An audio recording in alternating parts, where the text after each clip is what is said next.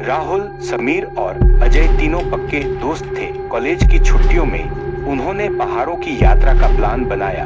उन्हें एक सुनसान गांव में एक पुरानी हवेली के बारे में पता चला, जिसके बारे में कहा जाता था कि वहां अजीब घटनाएं होती हैं। शाम होते ही तीनों उस हवेली की ओर बढ़ चले। हवेली टूटी फूटी थी और हवा में अजीब सी गंध थी। अंदर घुसते ही दरवाजा अपने आप पीछे से बंद हो गया। अचानक उन्हें किसी के चलने की आवाजें सुनाई देने लगी।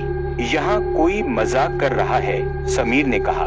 लेकिन तभी राहुल की नजर दीवार पर लटकी एक पुरानी तस्वीर पर पड़ी। तस्वीर में वही तीनों थे, लेकिन उनकी आंखें काली हो चुकी थी।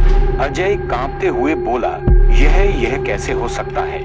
अचानक हवा में किसी के हंसने की आवाज गूंज उठी। अंधेरे में एक परछाई दिखी जो धीरे धीरे उनकी तरफ बढ़ रही थी। समीर ने टॉर्च जलाई, लेकिन टॉर्च बुझ गई।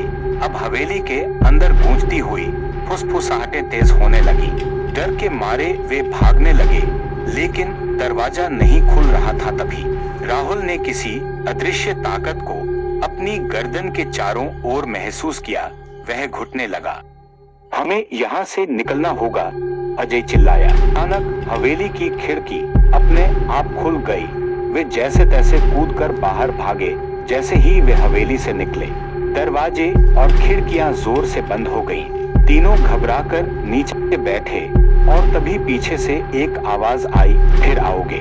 वे बिना रुके वहां से भाग निकले और फिर कभी उस जगह का नाम तक नहीं लिया। ऐसे और वीडियो के लिए मेरे YouTube चैनल अनोखे टेल्स को सब्सक्राइब करें।